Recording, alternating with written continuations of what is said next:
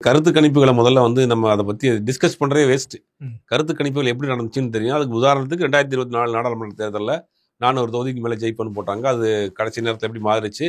ஒன்றும் நெருக்கி அவங்க வந்து ஸ்ட்ரிக்டாக கவுண்டிங் பண்ணியிருந்தாங்கன்னா ஆட்சியே வந்திருக்காது. ம். அந்த மாதிரி நிலைமை தான் பார்லிமெண்ட் ரிசல்ட் வந்துச்சு. அப்படிங்கும் போது கருத்து கணிப்புகள் எல்லாமே அவங்கவுங்க சார்பாக இப்போ கருத்து கணிப்பு எப்படி நடத்துவாங்க அப்படின்னா, ஒரு ஏரியா இப்போ ரிப்போர்ட்டர் இருக்கார், டிஸ்ட்ரிக்ட் ரிப்போர்ட்டர் இருக்காரு, அந்த ஏரியாவில் இருக்கக்கூடிய ஒரு சட்டமன்ற உறுப்பினராக இருப்பார், நிற்க போகக்கூடிய ஒருத்தர் இருப்பார், அவரை கூப்பிட்டு ஒரு சர்வே பண்ணி கொடுங்கன்னு கேட்பாங்க. அப்போ ஒரு கட்சி சர்வே நடத்தும், ஒரு தனிப்பட்ட எம்எல்ஏ எம்பி சர்வே நடத்துவாங்க. அப்போ இது மாதிரியான சர்வேக்கள் வந்து சில அமைப்புகள் சர்வே எடுக்கிறதுக்கு அமைப்புகள் இருக்காங்க, சில தனியார் இருக்காங்க, தனியார் நிறுவனங்கள் இருக்கு. இது மாதிரியான விஷயங்களுக்கு கருத்து கணிப்பு எடுப்பாங்க. அப்போ இதை பொறுத்த வரைக்கும் இப்போ வந்து அது ஒரு ப்ரொமோஷனில் அது ஒரு வெர்ஷன். இப்போ கட்சியை ப்ரமோட் பண்ணுறது எங்களுக்கு இவ்வளோ சீட் இருக்குது, எங்களுக்கு எவ்வளோ பெர்சன்டேஜ் இருக்குன்னு என்ன அடிப்படையில் இவங்க வந்து இந்த கருத்து கணிப்பு போட்டிருக்காங்கன்னு தெரியல.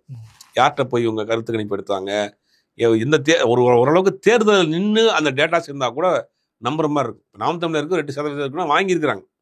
இன்னும் தேர்தலையும் சந்திக்காத ஒரு கட்சி, வீட்டை விட்டு வெளியே வராத ஒரு தலைவர், இன்னும் அடிப்படை கட்டமைப்பு உருவாகாத ஒரு தலைவர், இன்னும் பல மாவட்டத்துக்கு இன்னும் இந்த பொறுப்பாளரே போட முடியல, ஒரு 7500 பூத் மெம்பர் ஒன்றும் நியமிக்க முடியல, தமிழ்நாட்டு மக்கள்லாம் விமர்சனத்துக்கு உள்ளாகிட்டு இருக்க கட்சி, ட்ரோல் ஆகிட்டு இருக்க ஒரு கட்சி 22% இருக்கு அப்படின்னு சொல்றது, அது வந்து சட்டினா இது வந்து சாம்பார் கூட நம்பாது.